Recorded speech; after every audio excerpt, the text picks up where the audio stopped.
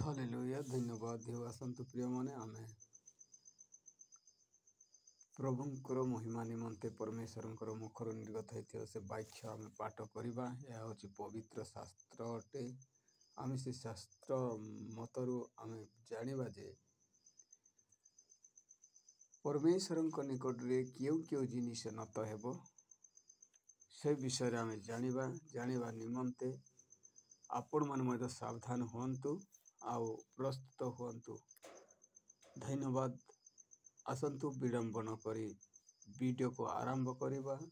आरंभ करने पूर्व मु आपण मन को रिक्वेस्ट करे अमर दास यूट्यूब चैनल को सब्सक्राइब करंतु, लाइक करंतु और अन्य मानक पाख को मध्य पहुंचातु जे किंतु षष्ठ रूप से जानी पारिबे। आउ बारंबार आम शिखा वाक्य को परमेश्वर वाक्य को आगे रखी पद चिन्ह दे चलवा। धन्यवाद। आसंतु आरंभ करवा। फिलिपियो आम 2:10-11 पद देखु। जेपरी स्वर्ग मर्त्य ओ पाताल रे थिबा प्रत्येक आंटू यीशु नाम रे नत हेबो।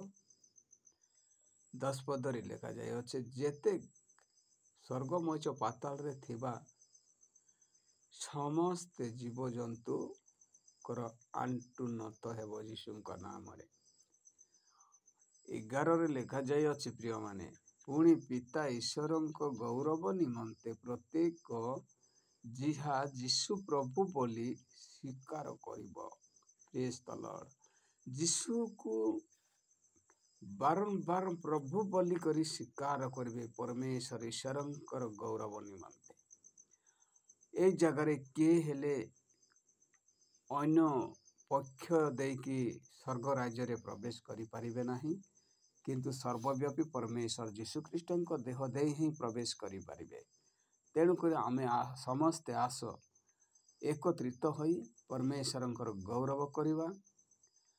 आमर आत्मा निमंते, आमर शरीर निमंते नुहे किंतु आमर आत्मा निमंते। हाँ प्रिय माने ए माटीर शरीर माटी रे मिसिबो। आत्मादाता निकटरे आत्मा फेरी जीवो। सही आत्मा होचंती सर्वव्यापी परमेश्वर यीशु ख्रीष्ट अटे। आमे तांको हृदय यीशु प्रभु बोली स्वीकार करिवा आ हृदय रखिवा, तांको आगे रखी तांको पाद चिन्ह दे चलिवा। आमर मन परिवर्तन करवा, ताहा हेले आमे स्वर्गर अधिकारी हेबा प्रिय माने। नचेते जगार अनेक भोग रोग अनेक कार्य कले मध्य आमे स्वर्ग को जाई परिबा नाही, किंतु धन्यवाद बोली को आमे ग्रहण कले परमेश्वर को देवा, ताहा हेले आमे स्वर्गर अधिकारी हेबा। आमर मन परिवर्तन करवा हेले आमे स्वर्ग राज्य जाई परिबा। प्रभु आपण मान को आशीर्वाद करंतु। हाँ भाई हिंदू भाई मन मध्य देखुचंती ताहाले षष्ठ रूप रे जानंतु आउ पवित्र शास्त्र को पाठ करंतु जानी पारिबे। तो धन्यवाद। आगामी दिन रे मध्य आउ गुटिए पुस्तक आनिबा परमेश्वर वाक्य आ शिखिबा एतिकी ठारू रखुअछि प्रिय माने। धन्यवाद हेउ। प्रभु आपण मान को मते आशीर्वाद करंतु।